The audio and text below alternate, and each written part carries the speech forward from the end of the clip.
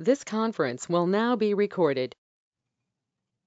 Hi, and welcome to the 2021 U.S. Benefits Program presentation. This is Dawn Kaw, our HR Operations Manager. And what I want to cover today is what's staying the same, what's changing, and some great new benefit options for you to select from. So thank you for your attention today, and we will go ahead and get started. For our medical and vision coverage, as in 2020, we're going to continue with United Healthcare as our carrier. All of the options will remain the same in terms of two different benefit plans, the traditional PPO plan and the high deductible health plan with a health savings account. Both plans have prescriptions included as well as vision insurance. We did make one change this year with the plans, and that's what I want to cover next. In both of the plans, we have selected a new prescription formulary. It'll be effective January 1st. And you can see on this slide what the impact is going to be for 2021. If you're on the traditional PPO plan, you'll notice that 7 medications will be discontinued that are on the formulary this year.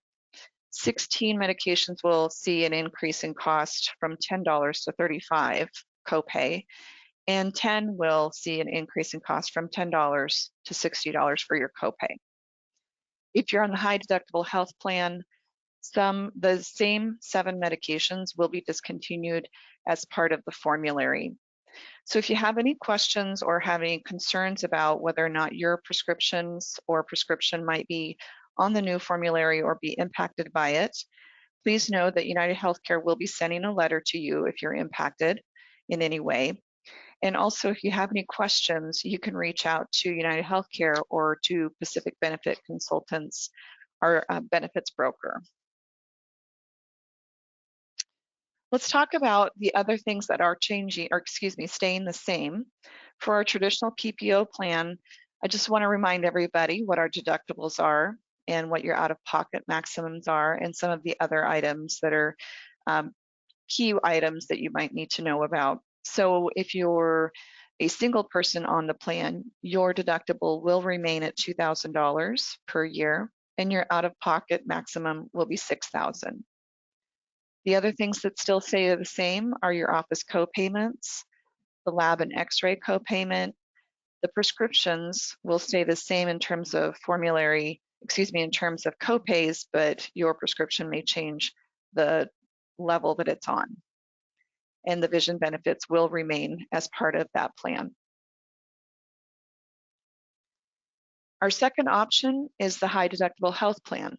And again, the things that all stayed the same were our deductibles, our out-of-pocket maximums, and then how the rest of the items are covered. So for a deductible single person, if you're on the plan by yourself, your deductible is $4,000 per year. And what that means is that for things such as office co-payments, lab and x-ray, you'll note that you'll need to reach that deductible, but then the plan pays 100% following that if you reach that deductible. The same goes for prescriptions, and your out-of-pocket maximum is also $4,000, which means that it caps at $4,000, and that's why the plan will pay at 100% once you've reached your deductible. Next up, I want to cover I want to just talk to you about the differences in the premiums for the coming year. We always strive to bring the best rate to each employee as we can, as well as consider what the impact is on the organization. And this year, what we were able to do was keep the premium changes to a minimum for all levels. As you can see on this slide, the minimum change is $4.52 for employee and spouse per check pre-tax if you're on the high deductible health plan. At most, you would see $10.79 pre-tax change to your premiums if you're on the traditional PPO plan at the employee and family level. We have quite a few people at just different levels. So if you're an employee only, and you're on the traditional plan, you'll see a $7.56 change pre-tax to your deductions per check. It's good to note that this is a fairly minor change and impact for all levels. We've really worked to do as best as we could to reach that. These changes will be effective with the January 8th, 2021 paycheck. To give you some examples of how you might want to, as you're considering whether or not you want to stay on the PPO plan, maybe change to the high deductible plan, or vice versa, what we wanted to do is offer you some scenarios to consider. And we'll look at both of those plan options in side by side for a single employee and a family.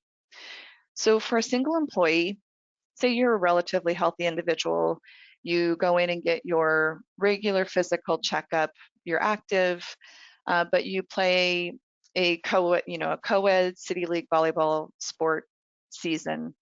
And during that game, one of the games that you had, you ended up injuring yourself and you broke one of your ankles. Let's take a look at what you might see for an impact. These are ballpark figures, but we did our best guess at maybe some potential costs involved with that. So if you're on the traditional plan, you would have your routine physical. Your copay would be $0. Those are paid at 100%. But then when you break your ankle, you need to go see the urgent care and also get some x-rays, get a cast. You're likely going to need to visit the orthopedic physician, and potentially some other costs are involved too, but at a minimum, let's just explain those. So then you'll see that your total medical cost would come to $265 for the year. And those are all your co-pays for those particular types of visits. And then your annual premium that you would be paying for your plan is $1,216.28 for a combined amount of $1,481.28.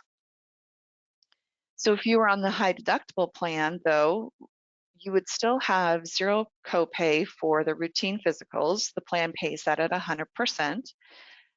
But you can also see on this screen the potential differences between your urgent care visit, your x-ray, and cast and the orthopedic physician costs. Your total medical costs may come to $1,630 as an example, but you can see the difference in your premiums is actually only $952.38. Combined, those come to $1,582.38.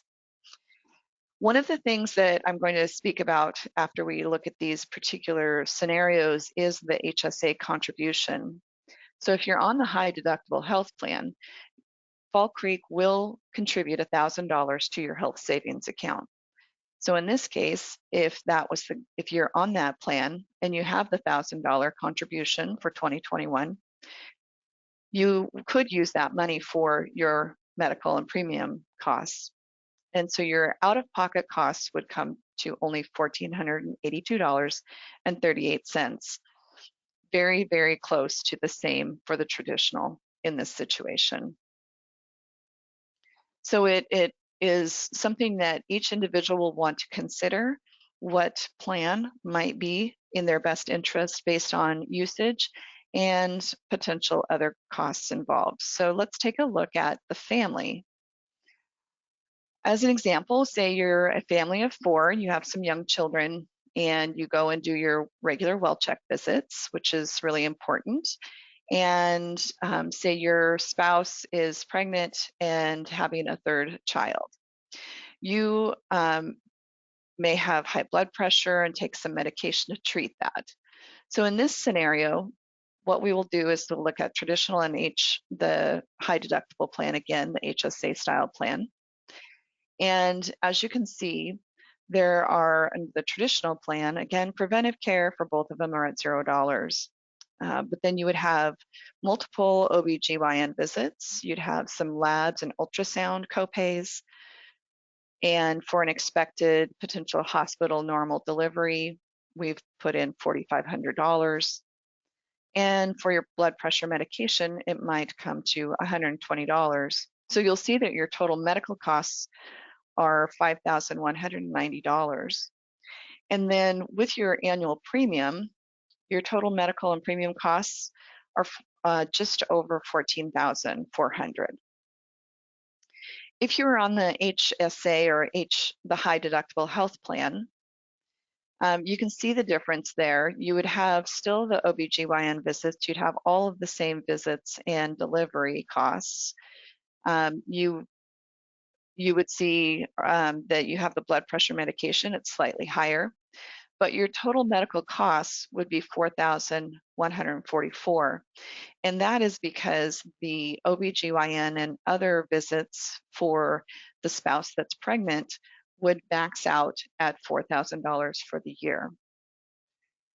That's different than the traditional plan that has a higher out-of-pocket maximum per individual. So then let's bring in the annual premium for the high deductible plan, $7,220, for a total cost of just over $11,000. And again, you might have $1,000 in your HSA that you want to utilize for your out-of-pocket costs, and your annual cost would only be $10,364 in this scenario, given all of those specific numbers. So as you can see in this situation, it's very likely that the HSA or the high deductible plan might be a better option for you in terms of out-of-pocket costs. So as you're reviewing each of the plans and your individual needs, again, I want to emphasize that it's important to take a look at what your experiences have been and what you may have that is a known experience coming up in the next year when you're making a decision on which plan to enroll in, or if you're going to stay in the same plan you're in currently. So let's now talk about the health savings account. That is an option I spoke about during the scenarios that if you're on the high deductible health plan, you have the option to contribute to a health savings account and have a health savings account. Fall Creek has determined again for 2021 to contribute $1,000 to each employee's HSA account if you have that account and you're enrolled in both the high deductible plan and the HSA. So that is the case if you enroll between January 1 and June 30th. And what this is a tax advantage savings account that you can also contribute to. So in addition to the $1,000, you can contribute to the account pre-tax. And if you're an individual, your total contribution, including that $1,000, could be $3,600. And as a family, the increased amount, the IRS limit for 2021 has increased to $7,200 overall. The HSA funds, if you have that particular account, it's through Optum Bank. You can access them by a debit card. So when you're at the physician's office, if you need to make a payment, you can go ahead and use your debit card if there are funds available to you. You can use it for out-of-pocket medical expenses for you and your tax dependents. And any reporting that you need to do for it is on your tax returns at the end of the year. So if you elect the high deductible health plan for 2021, you may want to consider making contributions to that account to help offset any expected costs. Again, as I mentioned, the account is an account with Optum Bank. And once we know if you haven't already established an account, maybe you're in the high deductible health plan now, and you already have one, but if you're not and you determine that you want to move to that plan, then we will work with Optum Bank to get you an account established, and you'll be notified of that information, and you can then manage your own account online. Do know the one wonderful thing about it is the HSA account is portable. It's always your money. It rolls over into the next year automatically. It's not a use it or lose it type situation. And once it reaches $3,000 as your balance, it will start to earn interest. And it can be in effect until you retire. So you can continue to contribute or not contribute, but that account will be available to you to utilize, whether you're a Fall Creek employee or not. So in addition to the health savings account, though, I want to share a very new, exciting benefit option that we're going to be making effective to all Fall Creek employees here in the US, and those are flexible spending accounts. So January 1 of 2021, you will now have, depending upon which plan you're in for the medical, you'll have an option to elect a health flexible spending account or a limited purpose health flexible spending account. These are all voluntary accounts, and we'll talk more about some of the reasons you may want to utilize this on next slides. You'll also have an option to enroll in the dependent care flexible spending account. And we'll talk more about that as well as we move forward through the slides. But all of these options are a way to save some pre-tax dollars from your paycheck, and you can use the funds for qualified expenses. There's a monthly fee, a maintenance fee of $3.25 paid by you if you elect one or two different FSAs. And you can, those will be pre-tax and will be part of a deduction from your payroll. Let's talk about the health FSA or health flexible spending account. So what you can use this for is to pay for eligible health or medical expenses that's not covered by the insurance plan. This is an option for you if you're on the traditional PPO medical plan. You can elect to save up to $2,750 per year for this flexible spending account into this account. Again, you can use it also like the HSA for all tax dependents. Some examples of your eligible expenses are the co-payments. If you are going in to see the orthopedic surgeon, for example, in that earlier example, you could use your pre-tax dollars to make those co-payments versus after-tax dollars. You can utilize the funds if they're available for prescriptions. You can utilize them for dental expenses or vision expenses. There is more information to be made available and available to you, but do know that those are just some examples of the eligible expenses. If you're part of the high deductible health plan, not only will you be able to enroll in the health savings account, you also have an option to participate and use a health flexible spending account.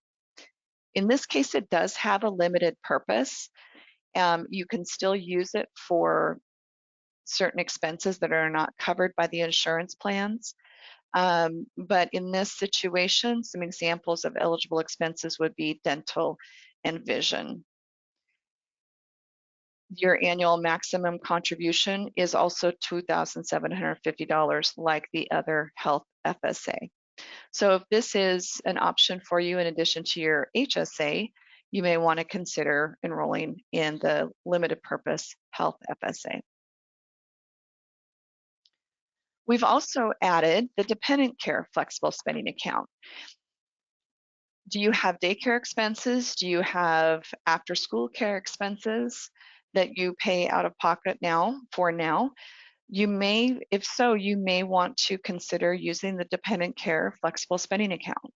And what this does is it allows you to save pre-tax dollars from your check to pay for those expenses. There are some annual maximum elections.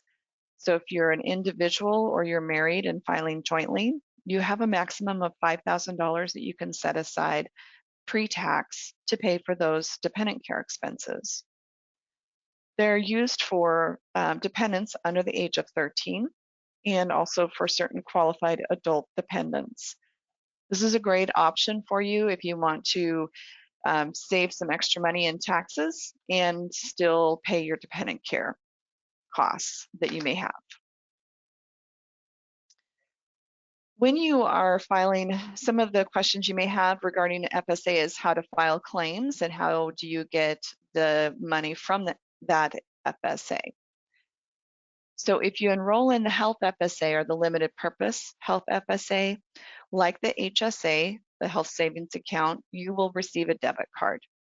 All of the funds that you have selected to use for the year and to contribute for the year will be loaded onto that card for you to use when you're at the physician's office, at the dentist, getting a pair of glasses, that sort of thing. You'll also have access to manage your account through a secure web portal, and you'll have a smartphone app that you can use if you'd like to. One of the things to keep in mind is that this is managed by a third-party plan administrator. Unlike the HSA, the Health Savings Account, where you may have to document your information with your personal taxes at the end of the year, the flexible spending account may require you to submit receipts throughout the year to the plan administrator for them to verify the proof of the claim. So it's really important to keep all receipts in the event that you're requested for those. And then for dependent care FSA, if you elect that as a benefit for yourself for the coming year, you can use that same secure portal for reimbursement. All right, let's move on to our dental plans. So another very exciting option for this year is we wanted to talk to you about a new dental plan option.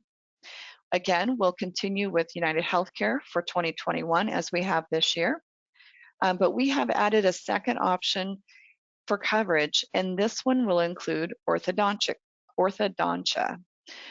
And the orthodontic coverage is for a maximum of $1,500 lifetime for each member covered. If you have somebody that is on your dental plan and you select this option and they are needing braces or Invisalign, for example, and that's determined in the new year, it's a new treatment plan, that would, you have the benefit of up to $1,500 through your dental plan for that situation. On the next slide, we'll talk about premiums. What you'll see though is that you will, if you elect this option, you'll end up paying the difference between the basic plan option and this option. One of the things, some things that do stay the same though for 2021 are that our basic dental plan option rates are, our basic dental plan rates do not change. So what you're paying this year, if you remain in the same plan at the same coverage level for dental insurance, you'll have the same premiums to pay for the 2021. We do continue to pay a portion of the basic dental plan premiums, and we will pay that same amount if you elect the second option. You'll just pay the difference between the two plans. So let's talk about what those premiums look like. Again, it'll be effective with the January 8th, 2021 check. And if, for example, you're on the current plan for 2020 at employee only level, your pre-tax premiums are $16.14 per check. Those will again stay the same. However, if you want to change plans and enroll yourself in the new plan with the orthodontia coverage, your premiums will increase to $17.58 per check. Only $1.44 pre-tax will be the increase. And if it's an employee and family, for example, in your current plan, you can stay in the same plan. Your premiums will remain at $47.61. However, if you want to elect the plan with orthodontia coverage, the per check premium will increase to $51.87 pre-tax. and you'll see a change of $4.26 per check. Okay, now that we've covered all of the changes and some exciting new benefits that we're offering for 2021, I want to just refresh everybody on the plans and the coverages that you have that will remain the same also, and that you may or may not have needed to use, but we want to make sure you're aware that they are there for you in the event you need them. So we will continue to offer the company paid life insurance. There's no change to that benefit for 2021. Fall Creek does continue to pay the full premium, and the plan covers 1x your annual salary up to $300,000 for death and an additional 1-time annual salary for accidental death. One of the things to ensure is that you have selected a beneficiary. If you have any concerns with that, you can reach out to HR, Human Resources, to determine who your beneficiary is. And also, if you need to make any changes, you can get a form from them. Another great benefit that has not changed and will not change this year is short-term disability benefit. The Fall Creek will continue to pay the full premium as we have in the last 2 years. And what this will do, short-term disability is really designed in the event that you have a short-term illness or injury that's not work-related, and it will supplement a portion of your paycheck if you're unable to work for a period of time beyond 14 days. And because there's a 14-day waiting period, and during that time, during that waiting period time, you would have no pay unless you wanted to use available sick days or vacation time. However, after that 14 days, if approved by the Hartford for short-term disability, you would qualify for 60% of your income replacement per week, up to $2,500 a week. And the plan would pay for up to 11 continuous weeks of disability. It requires doctor certification. There's some additional information that they may require. And in the event that you need short-term disability or believe you would need short-term disability, I ask that you reach out to your manager and also to Human Resources to get the correct paperwork in process so that the Hartford can review your claim. In the event that for some reason your short-term disability, if you're on short-term disability, extends for longer than 11 weeks and you're unable to return to work following that time period, we offer long-term disability coverage through the Hartford as well. Fall Creek pays the full premium for this benefit. And as you'll see here, there's a 90-day waiting period. And there's a 60% income replacement up to $10,000 a month maximum for long-term disability. Again, this is in the event that you utilize all of your short-term disability and are not able to return to work. You would work with the Hartford and your physician to work on that claim, as well as with Human Resources. And finally, but last but not least, we have an employee assistance program. There is no change to this benefit for 2021 also. We will continue to pay the full premium, and this is a great resource for you and your dependents to assist with financial, legal, or personal or other concerns. The resource is available 24 hours, 7 days a week, 365 days a year. You can go online and get some support, or you can call to the Employee Assistance Program. If you are in need of information regarding this, please reach out to your manager or Human Resources as well, and we'll make sure that that information is available to you. Okay, so we've wrapped up all of the information regarding the benefits program for the year. Let's talk about what next steps are. Next steps. This is all due by next Monday, December 14th. What we ask you to do is you will have received your employee benefit election form. As in the past years, we want you to verify, is your address correct? Is your phone number correct? And is the information about your covered dependent or dependents correct? You'll note that that's listed who's covered under each of the plan options for those that you've selected and if you have them enrolled. So please verify that information. We also ask that you consider medical.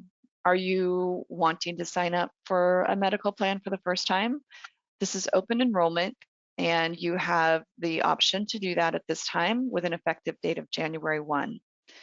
If that's the case, we will talk about some additional paperwork that will be needed, but let us know. Also, make a decision if you want to continue with your current or same plan and coverage level, or do you want to make a change? Are you wanting to switch from the PPO plan to the high deductible plan? Or do you need to add dependents? Do you need to drop dependents? All of those items can be taken care of at open enrollment without any qualifying other reasons. So now is a great time to make those changes. On your dental plan, do you want to sign up for it for the first time? Just like the medical, it's open enrollment period. So let's get you enrolled if that is something you'd like to do. If you're already enrolled, do you want to stay with the current plan that you're on, the basic plan, and at the same coverage level, employee, employee and family, employee and spouse, and so forth? Or do you wish to change to the new option 2 plan? And then if you're on the high deductible plan or you're electing the high deductible plan for 21, do you want to contribute to it? And if so, what will be your annual contribution amount? And then finally, for the flexible spending account, the new plan option for this year, do you want to enroll in the FSA? And if so, which one or ones? Do you want to enroll in the health FSA? Or do you want to enroll in the health FSA and the dependent care FSA? This is now the time to enroll in those options if that's the case. So now that you've walked through those questions, what do we need returned in order to continue to process your benefits for 21? Are there any changes to your election form? Excuse me. If there are no changes, sign it and return it to your manager or human resources. So if there are no changes to your plan elections and there are no changes to your address or phone number or dependents, please sign and date it and return it to human resources or your manager. If there are changes, please mark those changes on the form and complete the appropriate forms that go along with that. So for example, if you are adding or dropping dependents from medical or dental, or if you're choosing to enroll for the very first time for January 1, we will need you to complete a United Healthcare enrollment form. If you're electing to participate in the flexible spending account, we will need you to complete the election form for that. And the same is the case for the health savings account. If you're adding or changing your deduction, we will need you to complete that information and turn it in on the election form. Again, please make sure to turn your forms back to Human Resources or your manager by Monday, December 14th. And we wish you well and a safe holiday. Thank you.